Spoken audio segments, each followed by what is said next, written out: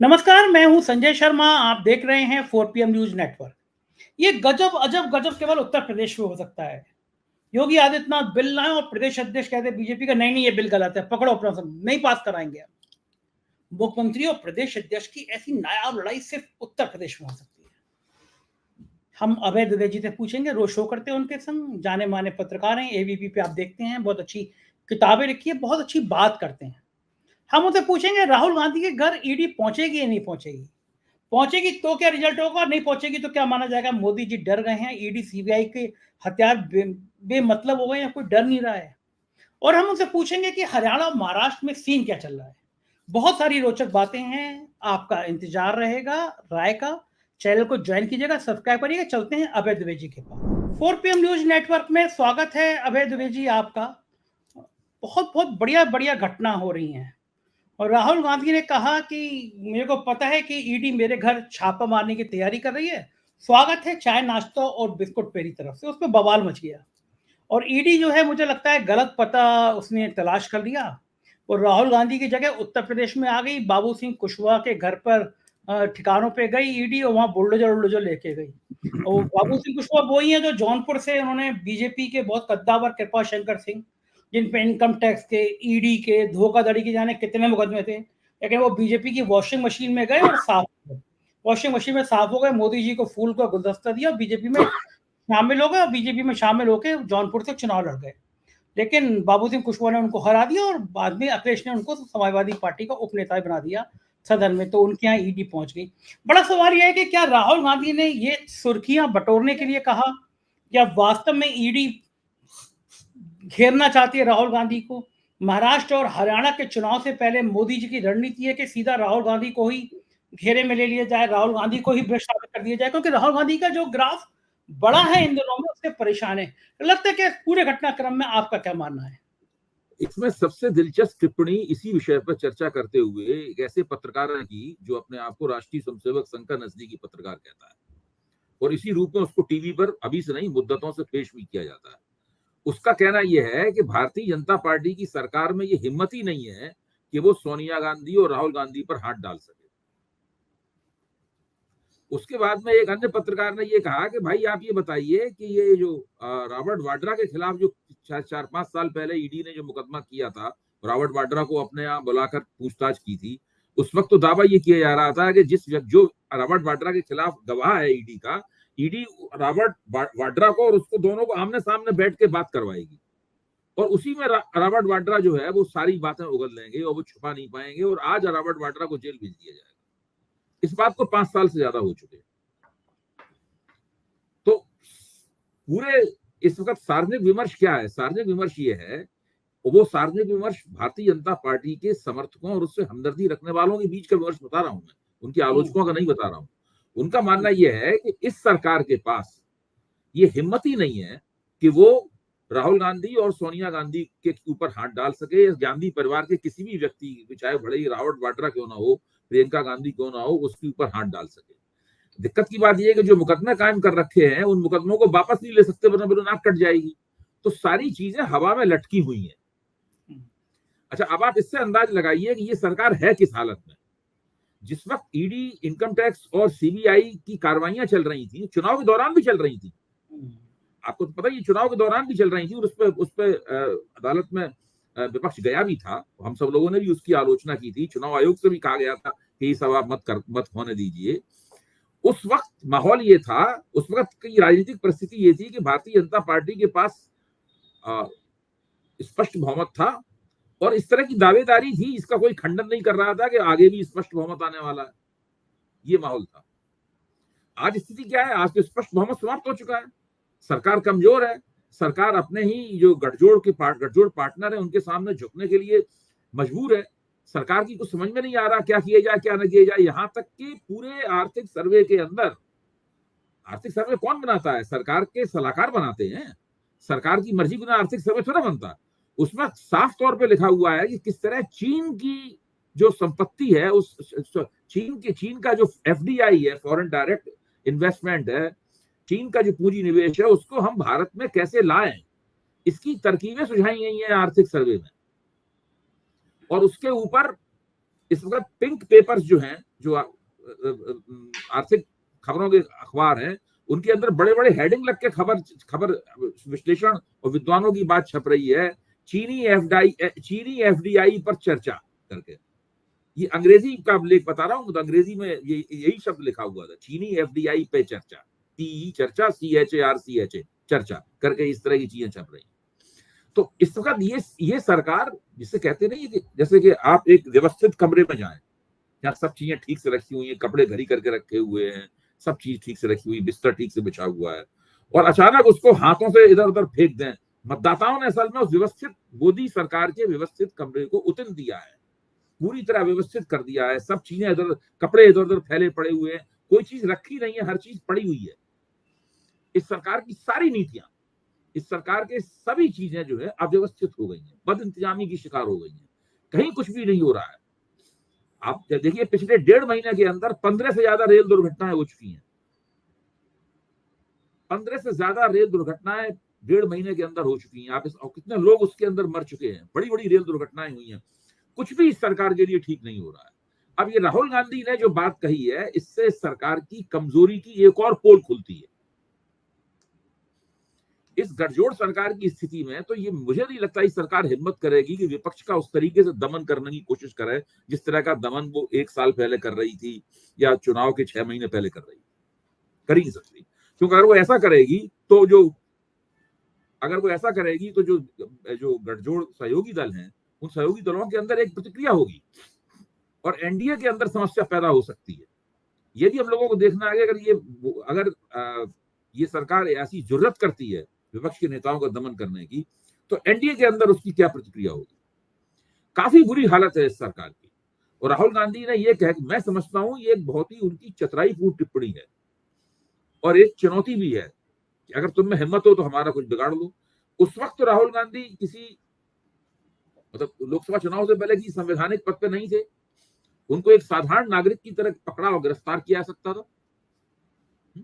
अब तो Rahul Gandhi leader of opposition है, केंद्र सरकार के अंदर एक संवैधानिक पद के ऊपर अगर उनके ऊपर किसी किस्म की आंच आती है, मैं बताता हूं उसका मोदी सरकार को बहुत नुकसान होगा।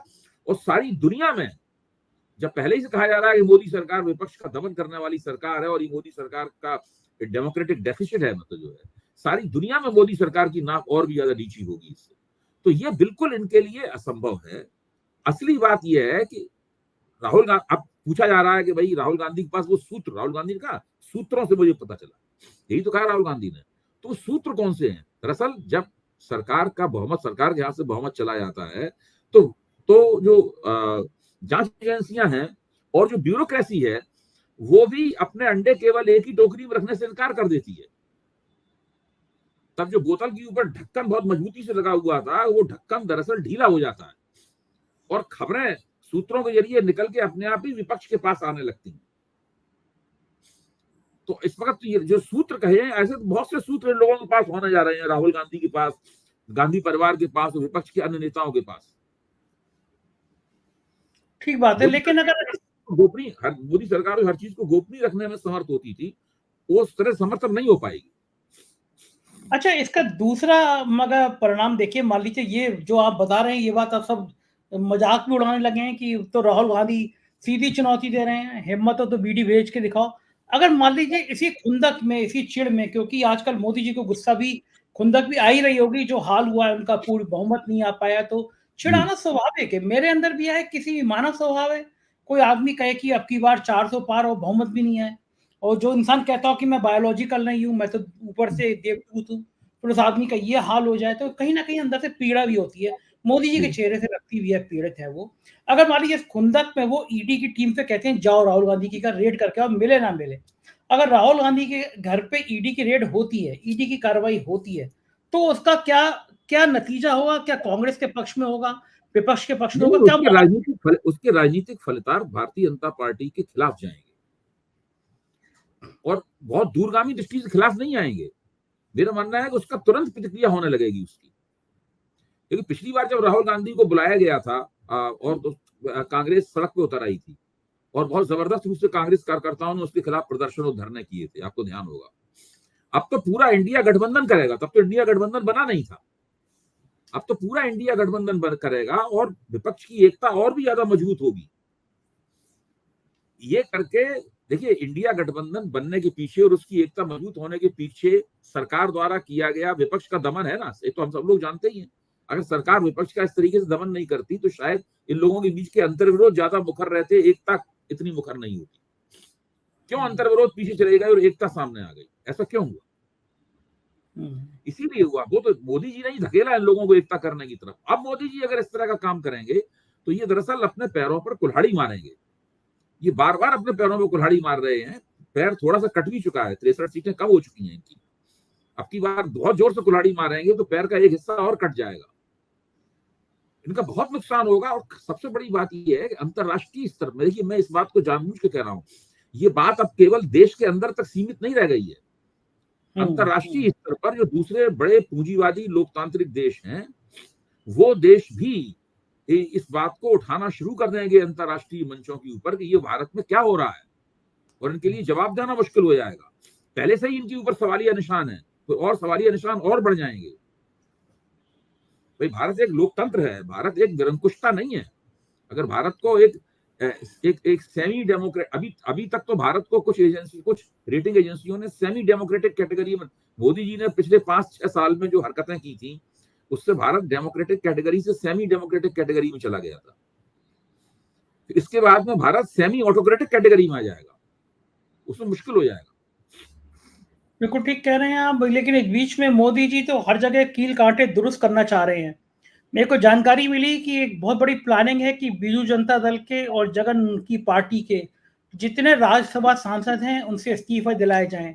मोदी जी चाहते हैं कि राज्यसभा में भी बहुमत पूरा मिल जाए। कल हमने देखा पटनायक साहब के पार्टी के एमपी ने एक इस्तीफा दे दिया, बीजेपी में शामिल हो गई। और ये कोई पहली बार नहीं है, जो मोदी जी के संग क्षेत्रीय पार्टी आई उसका अस्तित्व खत्म सही हो गया, कुछ ही लोग बचे हैं। तो ये जो स्ट्रेटेजी है कि एक तरह से पटनायक की पार्टी के राज्यसभा सदस्यों से इस्तीफा दिलाओ, फिर जगन की पार्टी के राज्यसभा सदस्यों से इस्तीफा दिलाओ, फिर बीजेपी में शामिल करो, ये स्ट्रेटेजी क्या कामयाब होगी? और कैसा राज्यसभा में बहुमत क्यों चाहते हैं? कोई बड़ा प्लान है क्या कि लोकसभा और राज्यसभा जब लोकसभा में आपके पास बहुमत नहीं है तो राज्यसभा में बहुमत प्राप्त करके आप क्या तीर मार लेंगे? आपका लोकसभा ही में बहुमत नहीं है। सहयोगी दलों के साथ तो है ही ना बहुमत लोकसभा में। सहयोगी दलों के साथ ये है, लेकिन सहयोगी दल किसी भी ऐसी बात के ऊपर जो कि मुश्किल तलब बातचीत हो, जिसमें दिक्कत हो, उसमें अब जरूरी नहीं कि समर्थन करने के लिए तैयार हो। सहयोगी दल कहेंगे भाई हमसे पूछ के तो आपने फलाना प्रस्ताव रखा नहीं। देखिए, जो गठजोड़ सरकार होती है उसमें पता नहीं कब किस बात के ऊपर विरोध शुरू हो जाए, कब किस बात पर आपत्तियां शुरू हो जाए। आप टेकन फॉर ग्रांटेड नहीं ले सकते किसी भी अपने पार्टनर को। वो पार्टनर तो एक भले ही न्यूनतम कार्यक्रम आपका घोषित ना हो, लेकिन दिमाग में तो रहता ही है एक न्यूनतम कार्यक्रम कि भाई इस तरह की बात के ऊपर हम नहीं करेंगे। अगर तेलुगु देशम के घोषणा पत्र में कोई बात लिखी हुई है, मोदी जी की केंद्र सरकार के, एनडीए की केंद्र सरकार के किसी कदम से तेलुगु देशम के घोषणा पत्र में लिखी हुई किसी बात के ऊपर आंच आती है तो वो उसका समर्थन नहीं करेंगे। आप सोचिए, अगर मोदी जी अगर ये प्रस्ताव लाते हैं कि जातिगत जनगणना नहीं होनी चाहिए तो जनता दल यूनाइटेड क्या करेगा? वो तो जनता दल यूनाइटेड का समर्थन करेगा? नहीं करेगा, वो उसके खिलाफ खड़ा हो जाएगा। वो तो करवा चुका है जातिगत जनगणना, सुप्रीम कोर्ट में मुकदमा लड़ रहा है वो तो ये सब नहीं है। अब देखिए, सारी चीजें मोदी जी के हाथ में नहीं है। मोदी जी को आजकल जो सलाहें दी जा रही हैं वो भी बहुत उल जलूल किस्म की हैं। इनके लिए बहुत मुश्किल, जिस तरह अनुराग ठाकुर के भाषण को उन्होंने ट्वीट किया है और उसकी तारीफें की हैं, वो इस बात का सबसे बड़ा सबूत है कि इन लोगों का रणनीतिक मानस जो था, जो पहले बहुत ही आपको शार्प लगता था, मतलब बहुत कुशाग्र लगते थे इस सवाल के ऊपर, वो गड़बड़ा गया है। अब वो बात नहीं रही है। आप देखिए उत्तर प्रदेश की परिस्थिति को जिस तरीके से हैंडल कर रहे हैं, उत्तर प्रदेश की परिस्थिति पे आप गौर कीजिए। जिस तरह उत्तर प्रदेश का जो भारतीय जनता पार्टी के अंदर जो उत्पात मचा हुआ है, गदर मचा हुआ है, उसको जो हैंडल कर रहे हैं, उसी से आप अंदाजा लगा लीजिए कि कौन सी अकलमंदी का परिचय दे रहे हैं। आपको लगता है कि उत्तर प्रदेश के मामले में अमित शाह और मोदी बहुत अकलमंदी का परिचय दे रहे हैं? मैं आपसे अभय जी वही पूछना चाह रहा था कि गजब हो गया उत्तर प्रदेश में, तो विधानसभा में नजुल जमीनें जिनपे लोग अनादर के तरीके से रह रहे हैं, मान लो योगी आदित्यनाथ बिल ले आए, उसके लिए उनकी सरकार बिल ले आई, सदन में ही बीजेपी के 2 विधायक खड़े हो गए कि ये बिल गलत है भाई, इससे बहुत लोग प्रभावित हो जाएंगे, खास तौर से प्रयागराज की में तो हजारों लाखों परिवार रहते हैं, 100 सालों से रह रहे हैं। राजा भैया खड़े हो गए। खड़े हो जाते अलग बात है। अनुप्रिया पटेल मोदी सरकार के मिनिस्टर ने तो चिट्ठी लिख दी कि योगी जी, जिन अफसरों ने आपसे ये बिल बनाया उन अफसरों के खिलाफ कार्रवाई करिए, बिल तो जन विरोधी है। यहां तक तो ठीक था, लेकिन योगी जी क्या मानते हैं, विधानसभा से बिल पास हो गया। जब विधान परिषद में गया तो पार्टी के प्रदेश अध्यक्ष भूपेन्द्र चौधरी ने विरोध कर दिया कि ये बिल जन भावना के अनुकूल नहीं है और बिल वो सिलेक्ट कमेटी को भेज दिया जाए। मेरी जानकारी में आज तक के इतिहास में नहीं हुआ कि कोई रूलिंग पार्टी बिल विधानसभा से पास करके भेजे और उस रूलिंग पार्टी का प्रदेश अध्यक्ष ही कह दे कि ये बिल गलत है, जन भावना के खिलाफ है। मतलब ये तो सीधा सीधा अब तक का सीधा अटैक है योगी बनाम भूपेन्द्र चौधरी में। तो अब जंग यहां तक आ गई है कि विधानसभा के बिल को वो रिजेक्ट करा देंगे। अब और क्या होना बाकी बचा है यूपी में। अच्छा, इससे ये भी लगता है कि जो मुख्यमंत्री महोदय हैं ये भी बहुत रणनीति कुशल नहीं है। भाई राजा भैया तो उन्हीं के आदमी है। अब सही बात है। हाँ, भाई भूपेन्द्र चौधरी मान लीजिए फिरोदी खेमे के आदमी है। भूपेन्द्र चौधरी ने तो मान लीजिए नई बात ही सिलेक्ट कमेटी में भिजवा दिया उसको, लेकिन राजा भैया तो भूपेन्द्र चौधरी नहीं है। राजा भैया तो सीधे सीधे इन्हीं के हैं, वो भी इसका विरोध कर रहे हैं। इसका मतलब बिल्कुल गलत इनको राय दी गई और ये बेकार नहीं गलत राय के ऊपर अड़े हुए हैं। देखिए, मुझे तो लगता है कि इस वक्त भारतीय जनता पार्टी में कोई भी किसी को नहीं पता है कि उसका हित क्या है, अहित क्या है। सब उल्टी सीधी हरकतें कर रहे हैं। ये बहुत किसी पार्टी के लिए एक काफी बुरे दिन होते हैं इस तरह के, जब पार्टी में अव्यवस्था फैली हुई हो और किसी को ना पता हो कि सही नीति और रणनीति क्या है। इस वक्त ये लोग इस समस्या के शिकार हैं। अभी देखिए, चीन के सवाल में, इसका मैंने अभी जिक्र किया था, चीनी फॉरेन डायरेक्ट इन्वेस्टमेंट का सवाल जो है ये एक बहुत बड़ा मुद्दा बनेगा, छोटा मोटा मुद्दा नहीं बनेगा। पीयूष गोयल ने इसका खंडन करना पड़ा पीयूष गोयल को, हम चीन से कोई एफडीआई नहीं मंगा रहे। लेकिन जब उसके ऊपर बाकायदा आपके आर्थिक सर्वे में लिखा हुआ है और उसमें चर्चा की जा रही है और उसको बहस शुरू हो गई है, तो आप कब तक इससे बचेंगे। आर्थिक सर्वे में कोई जिस चीज को सरकार देश विरोधी मानती है आर्थिक सर्वे में वो लिख दिया जाएगा। ठीक बात है। जिन अर्थशास्त्रियों ने उस बात को लिख दिया है उनका क्या किया, उनको आपने क्या सजा दी, क्या जवाब तलब किया उनसे। ये तमाम बातें पूछने वाली बातें हैं भाई। ये काफी मुश्किल स्थिति में है ये लोग, इनकी कुछ भी समझ में नहीं आ रहा है कि अपना काम हम किस तरीके से करें। अभी तो ये भी सुना गया है, मैं इस बात का पता लगाने की कोशिश कर रहा हूं कि राष्ट्रीय स्वयंसेवक संघ की एक बैठक में काफी राष्ट्रीय स्वयंसेवक संघ ने इन लोगों को लताड़ा और काफी ये लोग सब भौचक्के होकर सुनते रहे कि इतनी डांट तो कभी नहीं पड़ी थी। अबे जी, हमने परसों प्रोग्राम किया था, नागपुर से राजीव रंजन जी आते हैं, सीनियर जर्नलिस्ट हैं, तो उनके संग मैंने प्रोग्राम किया। तो राजीव रंजन ने खुलासा किया ये कि एक बैठक हुई, उसमें संघ ने साफ साफ कह दिया कि हमने आपको दिया था, सब कुछ सौंपा था। इसका मतलब ये नहीं हुआ कि आप इस स्थिति के बाद आप ही तय करेंगे कि नंबर 1 के बाद नंबर 2 कौन रहेगा, 3 कौन रहेगा, 4 कौन रहेगा। ये हालात अब नहीं चलने वाले हैं। उसके बाद ही गडकरी ने चिट्ठी लिखी वित्त मंत्री को। आप बताइए कि गडकरी की चिट्ठी जो आई है वित्त मंत्री को कि साहब ये मेडिकल इंश्योरेंस पे आपको नहीं लेना चाहिए जीएसटी, ये जो विरोध कर रहे थे विपक्ष अब पार्टी का मिनिस्टर ही लिख रहा है वित्त मंत्री को चिट्ठी। जी हाँ। देखिए, भाजपा के अंदर से कई जगह विरोध के स्वर उठने लगे हैं और जब उन स्वरों को दबाने की कोशिश की जाती है तो वो लोग मानने से इनकार कर देते हैं। मसलन आप देखिए कि जो गौरव गोगोई हैं, गौरव गोगोई की जब जीत हुई तो उस जीत को भाजपा के 2 विधायकों ने उनको जीत की बधाई दी। हेमंत विश्व शर्मा ने उनसे कहा कि आप जीत की बधाई वापस लीजिए। उन लोगों ने हेमंत विश्व शर्मा की बात मानने से मना कर दिया। हेमंत विश्व शर्मा उनको कुछ भी नहीं कर पाए। इस तरह की बहुत सी घटनाएं हो रही हैं भाजपा के अंदर। अब जैसे अनुप्रिया पटेल ने पत्र लिखा, ये दूसरा पत्र है उनका योगी जी के खिलाफ। हाँ। अब योगी जी ने एक कदम बढ़िया उठाया, मतलब अपने हित में, बढ़िया क्या अपने हित में उठाया कि पार्टी के अंदर जो घमासान चल रहा है उसमें थोड़ा बहुत उनका झंडा बुलंद हो। सही कह रहे हैं सर, यूपी में तो बहुत हंगामा ही चल रहा है कि आप सही कह रहे हैं कि भूपेन्द्र चौधरी विरोध कर रहे हैं, अनुप्रिया कर रही हैं, अफसरों ने फंसाया। तो ये फसाद कब तक चलेगा उत्तर प्रदेश में और कब तक ये लड़ाइयां रहेंगी? जब तक वो आदित्यनाथ को हटाने में कामयाब नहीं हो जाते। इसमें उनको समय लग रहा है। देखिए, मैं यहाँ दिल्ली में जब पत्रकारों से बात करता हूँ जिन्हें यूपी की राजनीति की समझ है, तो वो कहते हैं कि आदित्यनाथ को हटाना इनके लिए बहुत मुश्किल बात है, शायद ये हटा ही ना पाए। सही बात है, वो भी मेरा कम नहीं मानना है है हिंदुत्व। मेरा मानना है कि इनके लिए मुश्किल बात है, इनको आदित्यनाथ को हटाने से नुकसान होगा और ये जल्दी से जल्दी हटाना चाहते हैं उनको, उसकी पूरा फैसला इन्होंने कर लिया है। लेकिन अब दिक्कत की बात ये तय नहीं कर पा रहे उनकी जगह बनाएंगे किसको। मेरे ख्याल से तो जिस दिन ये इनको सही व्यक्ति प्राप्त हो गया मुख्यमंत्री पद के लिए, उस दिन ये आदित्यनाथ जी को हटा देंगे, चाहे कुछ हो जाए। और जो नुकसान वगैरह होगा, अभी लोग विधानसभा चुनाव में काफी दिन है, उस बीच में उस नुकसान की भरपाई करने की ये लोग तरह तरह से कोशिश करेंगे, क्योंकि नुकसान की भरपाई भी की जा सकती है, ऐसी बात नहीं है।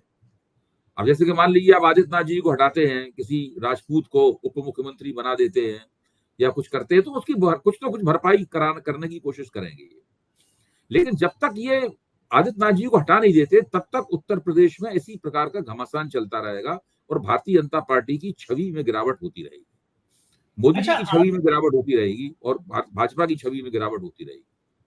अच्छा, आदित्यनाथ भी कम नहीं है, उन्होंने भी टीम अपनी बनानी शुरू कर दी। जैसे कुर्मियों के नेता के रूप में उन्होंने स्वतंत्र देव को प्रमोट करना शुरू किया। स्वतंत्र देव जो हैं वो योगी आदित्यनाथ के बड़े करीबी माने जाते हैं। ठाकुरों के रूप में उन्होंने दयाशंकर सिंह आजकल उनके बड़े करीबी हैं। सेकंड ठाकुर लाइन उन्होंने दयाशंकर सिंह की बढ़ा दी।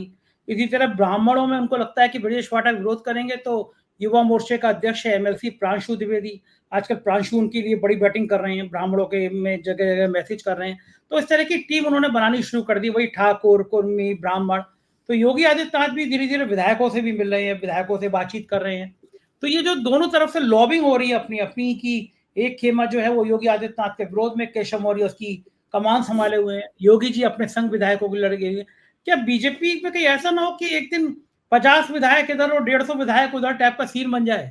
कुछ भी सीन हो सकता है, देखिए भद्दी से भद्दी स्थिति बन सकती है और योगी जी को ये पता है कहीं ना कहीं कि उनको हटाया जाएगा, अंततः देर सवेर हो सकती है। इसके लिए उन्होंने हिंदू युवा वाहिनी को दोबारा पुनर्जीवित करने की प्रक्रिया भी शुरू कर दी है। जब मैं ऐसी यहाँ से खबर है। जाता हूँ नोएडा की तरफ, एबीपी चैनल के दफ्तर की तरफ जाता हूँ, तो रास्ते में मुझे अभी हाल ही में हिंदू युवा वाहिनी के बहुत सारे बोर्ड दिखने लगे। इस अच्छा बोर्ड में स्थानीय संयोजक का चेहरा होता है और साथ में योगी जी का चेहरा होता है। अच्छा, बल्कि लाइन मैंने बनने शुरू हो गई। बिल्कुल 2017 में जब इनको मैंने ध्यान से देखा, तो हमने कहा अच्छा ये तो दोबारा शुरू हो गया। ये मुख्यमंत्री जब नहीं रहेंगे तब क्या किस किस जरिए राजनीति करेंगे, उसके लिए पुराने संगठन को जिलाना दोबारा जरूरी है। अमित शाह के दबाव में संगठन को भंग किया गया था। 2017 में जब मुख्यमंत्री बनने की हो गई, इन्हीं को बनाया जाएगा, तो अमित शाह ने कहा कि पहले हिंदू युवा वाहिनी भंग कीजिए, तब इन्होंने भंग की। उसके बाद में फिर इनको मुख्यमंत्री बनाया गया। अब चूंकि मुख्यमंत्री पद से हटने की नौबत आ गई है, तो उन्होंने उसको दोबारा जीवित कर दिया है। मेरे ख्याल से गोरखपुर से खबर मंगवाइए, वहां भी शुरू हो गया होगा ये। हाँ नहीं, वहां अभी चर्चा में आई अभी थी। ये और कांवड़ यात्रा के नाम पे हो रहा है, अभी तो ये कांवड़ यात्रा के नाम पर हो रहा है, लेकिन कांवड़ यात्रा के नाम पर अगर उस संगठन के नाम से हो रहा है, तो इसका मतलब ये है कि संगठन आगे भी चलेगा। अच्छा, वो जो है बात बिल्कुल सही कह रहे हैं, क्योंकि यहाँ भी इस तरह की चर्चा चल रही है। और योगी जी ने तो हाउस में भी कहा कि मुझे कोई प्रतिष्ठा यहाँ कमाने नहीं आया हूँ, प्रतिष्ठा कमाता मैं गोरखपुर में मठ में बैठ के प्रतिष्ठा कमा लेता। यानी उन्होंने हाउस में भी भाषण देते समय इशारा कर दिया कि अगर मुझे प्रतिष्ठा लेनी होती तो मैं मठ से बैठ के ले सकता था। अब असली खेल तो है सीधा सीधा यहाँ पे आके सरकार चलाने का। तो जाहिर है कि ये जो खेल है, ये जो इशारे हैं, ये जो बातें हैं, ये दूर तक जाएंगी। और राजनीति में होता भी है, ये ऐसे इशारे दिए जाते हैं और ऐसे इशारे दूर तरफ चलते हैं। नहीं, आप बिल्कुल ठीक कह रहे हैं। योगी जी अपने निजी लोगों से जो बातचीत कर रहे हैं और जो बातचीत छन छन के बाहर आती है, वो यही है कि देखिए हमें अगर मुख्यमंत्री पद से हटा दिया गया तो मेरे पास तो चलाने के लिए एक मठ है, मैं वहां चला जाऊंगा, लेकिन फिर मैं इन दोनों को देखूंगा कि ये गुजरात कब जाते हैं। तो इस तरह की बात उनकी तरफ, हाँ, इस तरह की बात उनकी तरफ से ये की जाती है। और सारा खेल खुला खेल फरक्कावादी हो रहा है। अब इसके अंदर कोई दबी छुपी हुई बात नहीं है। जब पार्टी का जो प्रदेश अध्यक्ष है, जब मुख्यमंत्री द्वारा लाए गए बिल का सदन में विरोध कर देता है और उसको सिलेक्ट कमेटी में भेजने के लिए मजबूर कर देता है, इससे आप अंदाजा लगा सकते हैं कि दरअसल जो कहावत के यहाँ उत्तर प्रदेश में सब कुछ ठीक नहीं है, कि बजाय होना कहावत इस तरह चाहिए, उत्तर प्रदेश में कुछ भी ठीक नहीं है। सही बात सब कुछ ठीक नहीं का मतलब है कुछ कुछ चीजें ठीक है, कुछ चीजें गड़बड़ है। यहाँ उत्तर प्रदेश में तो हर चीज गड़बड़ है। तो ये जो जो ऐलान जंग है, अगर ये हो गया तो महाराष्ट्र और हरियाणा के चुनाव सिर पर हैं। महाराष्ट्र और हरियाणा में क्या होगा, क्या लग रहा है आपको? क्योंकि अगर यहाँ जरा सा भी कुछ गड़बड़ाया तो वहां पे लेने के देने पड़ जाएंगे। नहीं, महाराष्ट्र और हरियाणा में तो पहले से ही भारतीय जनता पार्टी विपक्ष के मुकाबले पीछे है। महाराष्ट्र में जो महाविकास अघाड़ी है वो महायुति के मुकाबले मजबूत है, और वो लोग विधानसभा चुनावों में आज की स्थिति के अंदर तो बिल्कुल विधानसभा चुनाव जीतने की स्थिति में है। हरियाणा में तो बहुत भारतीय जनता पार्टी खराब स्थिति में है, बड़े बड़े विज्ञापन निकाल रहे हैं नसीब सिंह सैनी, महारा हरियाणा करके बड़े बड़े, कितना रुपया खर्च होने लगा है विज्ञापनों पे, एक एक पेज के विज्ञापन आ रहे हैं आजकल अखबारों में महारा हरियाणा कहके। लेकिन अब देखिए क्या होता है, वो परिस्थिति किस तरफ ले जाती है इनको जो। अच्छा, अखिलेश यादव पूरे मजे ले रहे हैं वो के जब वो योगी आदित्यनाथ यहाँ पे भड़क रहे थे, योगी आदित्यनाथ यहाँ पे गर्म हो रहे थे, तो अखिलेश यादव मजे ले रहे थे कि भाई यूपी की दिल्ली वालों से नाराज हो, लड़ाई यूपी में क्यों कर रहे हो, दिल्ली। तो जो अखिलेश यादव इन दोनों तंज कस रहे हैं, इन दोनों जो बातें कर रहे हैं, इन दोनों जो हमले कर रहे हैं, वो क्या मौका मिल रहा है? 10 विधानसभा के उपचुनाव सिर पर हैं कि समाजवादी पार्टी को, राहुल गांधी को एक बड़ा बड़ा प्लेटफॉर्म बिछा के दे रही है बीजेपी कि भाई तुम 10 में से आराम से बैटिंग करके जीत जाओ। क्योंकि अगर ये लड़ाई लड़ती रही तो राहुल गांधी और अखिलेश के लिए तो ये जमीन तैयार करना बड़ा बढ़िया। दूसरा, उत्तर प्रदेश में अगर योगी आदित्यनाथ के खिलाफ लड़ाई लड़ेंगे तो इसका असर महाराष्ट्र में ना पड़े, इसका असर हरियाणा पे ना पड़े, इसका मैसेज ना जाए, ये असंभव है। यानी एक लड़ाई की फिगर वहां पे भी जाएगी। तो क्या इन दोनों चुनाव में वैसे भी नुकसान है ही है हरियाणा महाराष्ट्र में, लेकिन क्या उत्तर प्रदेश की वजह से भी वहां नुकसान होगा? देखिए, सारा देश मीडिया रेवोल्यूशन के बाद में आपस में जुड़ चुका है। अब ऐसा नहीं रहा कि यहाँ तक कि तमिलनाडु में अगर कुछ होगा तो उसका उत्तर प्रदेश में असर पड़ेगा। भाई तमिलनाडु में सनातन वाला मुद्दा उभरा था ना, हाँ, भाई तमिलनाडु में उभरा सनातन वाला मुद्दा, भारतीय जनता पार्टी ने उस मुद्दे को सारे देश के लिए बनाया उन्होंने यूपी में तो किसी ने सनातन के खिलाफ बोला नहीं था। किसी ने नहीं बोला था। हाँ, कोई भी बात कहीं भी हो सारे देश पे उसका असर होता है, और ये उस प्रभाव से बच नहीं सकते। उत्तर प्रदेश भारतीय जनता पार्टी के अंदर जो स्थिति है और आला कमान के साथ उसका जो विवाद है, और भाजपा के अंदर भी जो जूतों में दाल बटी जा रही है, इसके अपने विधानसभा में बिल पास हो गया, विधान परिषद में भाजपा अध्यक्ष ने उसको सिलेक्ट कमेटी भिजवा दिया। ऐसी स्थिति में ये लोग कैसे माना जाए कि ये लोग उपचुनाव जीतने की स्थिति में, उपचुनाव जीतने के लिए तो आपको मिलजुल प्रयास करना पड़ेगा। मजे की बात बात बहस हो रही है कि संगठन ऊपर के सरकार ऊपर, जहां पर ये बहस होने लगेगा कि संगठन ऊपर के सरकार ऊपर, वहां पर एकता रहेगी नहीं आपस में। अच्छा, मजे की बात यह है कि केवल बीजेपी के अंदर ही नहीं, सहयोगी दल के जो लोग हैं, राजभर हैं, संजय निषाद हैं, ये लोग भी विरोध कर रहे हैं कि ये नजर बिल गलत है। मतलब ऐसा बिल जो पता था कि आपके बीजेपी के अंदर बगावत हो जाएगी, सहयोगी दल बगावत कर देंगे, तो ऐसे बिल लाने की जल्दी क्या थी? क्यों जल्दबाजी में फैसला लिया गया? देखिए, जब बुरे दिन आते हैं तो आप इसी तरह की हरकतें करने लगते हैं। आप कोई भी व्यक्ति जो है, अपनी स्ट्रेटजी किसी की बिल्कुल पक्की नहीं है, सोच समझ के कोई काम नहीं हो रहा है, नी जर्क रिएक्शन है हर जगह, इसी तरह की तमाम गतिविधियां हो रही हैं। तो ये सब बुरे दिनों की तरफ संकेत कर रही हैं। बिल्कुल ठीक कह रहे हैं। हम लोग नजर बनाए रखेंगे। बहुत बहुत शुक्रिया अभय जी, आपने इतना समय दिया, धन्यवाद, आभार। तो ये थे अभय द्विवेदी जी, और आपको बता रहे थे राजनीति की बेबाक बातचीत। कुछ को यकीन है ये चैनल, ये बात आपको पसंद आई होगी, अपनी राय से जरूर अवगत कराएगा। शुक्रिया, थैंक यू।